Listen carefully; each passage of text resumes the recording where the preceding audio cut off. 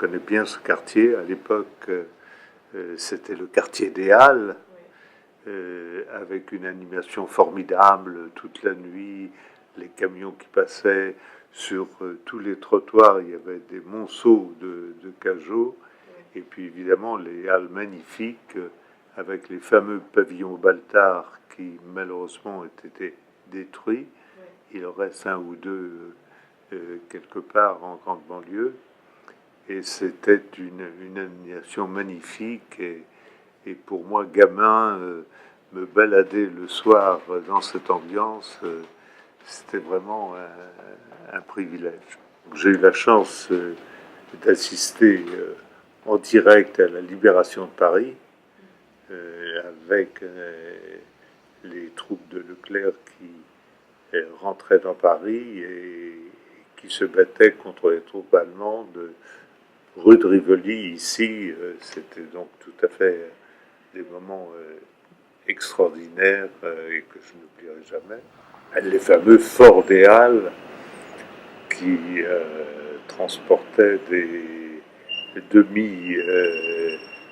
demi-bêtes sur leurs épaules, des veaux, des agneaux, des bœufs, etc. etc. Et tous les restaurants qui fonctionnaient avec, rue Coquillère, dans le fameux pied de cochon qui existe encore. Et donc c'était une animation de toute la nuit. Il y a eu beaucoup de discussions avec les dirigeants politiques pour savoir ce qu'on devait faire, et même les divers présidents de la République, entre la présidence de Pompidou, celle de Giscard. Ça a été donc changé un certain nombre de fois, et c'était tout simplement agréable, parce que c'est un endroit planté, mais pas vraiment réussi. Ce pourquoi le maire d'aujourd'hui de Lanoé a décidé de changer ça complètement. Il y a des choses qui me paraissent superflues, comme l'idée de construire et la piscine suspendue en fond de forum. Ça n'était pas des travaux, à mon avis, indispensables. Mais après tout, comme nous sommes au centre de Paris, pourquoi pas? Ce que j'aime bien dans ce quartier, dans ce magnifique quartier, c'est la coexistence de la partie, on va dire, touristique, le Louvre en face, Saint-Germain-de-l'Auxerrois, Saint-Eustache, tout ça très très beau. Et tout derrière, c'est-à-dire un tout petit peu plus au nord, les quartiers commerçants, la fameuse rue Montorgueil. Donc il y a un mélange très sympathique et formidable. L'ambiance des Halles était tout à fait particulière et typique, et ça, on ne la retrouvera pas. Mais enfin, j'allais dire bêtement, c'est la vie. Mais c'est un quartier où il se passe quand même beaucoup de choses. La zone touristique, là, nous sommes en plein dans cette zone, et à quelques centaines de mètres, une vie de quartier.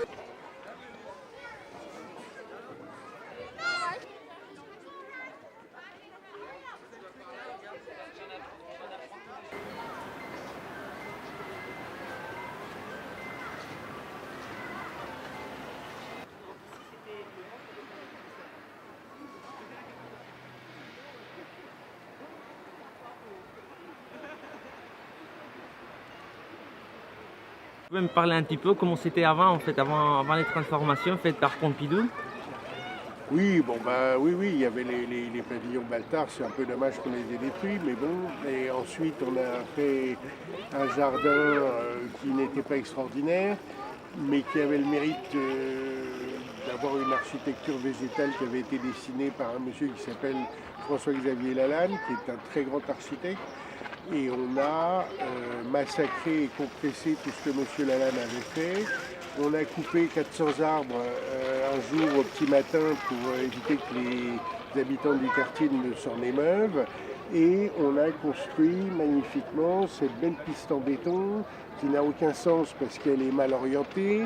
On a coupé la perspective du tympan de Saint-Eustache vers la Seine qui est supprimée. Bon. On n'a pas tenu compte du fait que l'entrée de la bourse de commerce ne se situe pas de ce côté-ci, mais de l'autre côté, donc ce qui veut dire que l'entrée par là n'a aucun sens. Et voilà, bon, et le résultat, il est nul. Bon, et ça a coûté 1 milliard d'euros aux contribuables français. L'autosatisfaction de M. Delanoë qui avait besoin de se faire un projet comme d'autres l'avaient eu avant lui. Mais la différence, c'est que M. Delanoë n'est pas M. Mitterrand, que M. Mitterrand a construit quelque chose de très beau au Louvre et que M. Delanoë a construit une espèce d'horreur, on pourrait dire un peu hitléro-stalinienne, très très laide et n'a aucun sens avec Saint-Eustache qui est massacré. Voilà.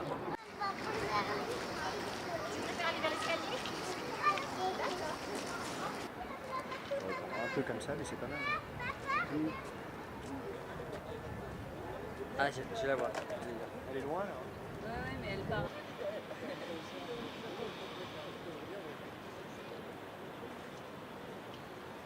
C'est bien. Mais moi j'aime pas trop ce quartier, hein, Juan. C'est ça le truc. Mais si tu veux, je peux mentir.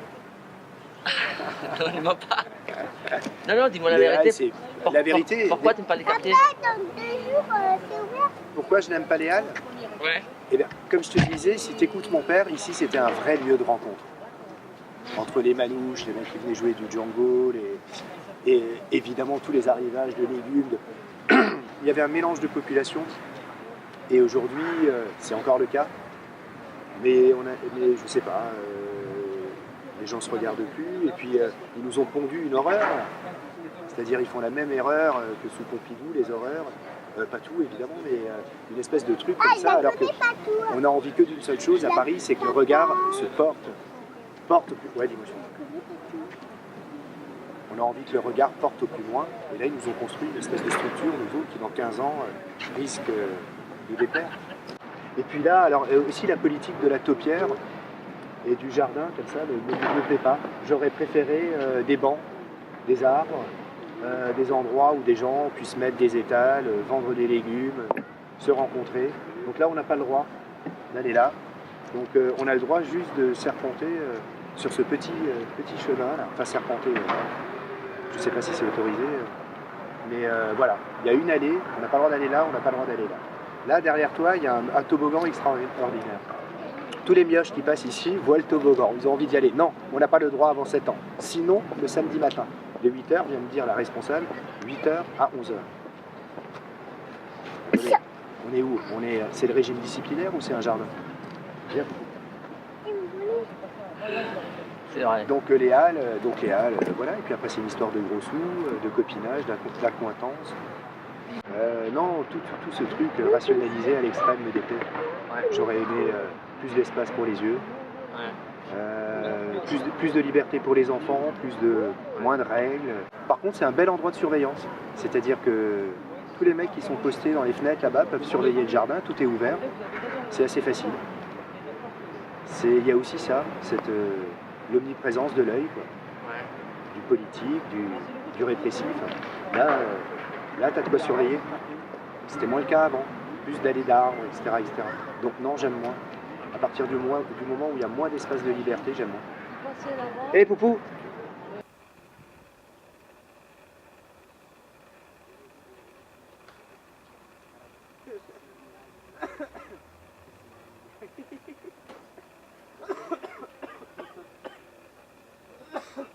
T'as déjà vu ces petits vins? Juste que là il a arrêté, il a arrêté les pompons.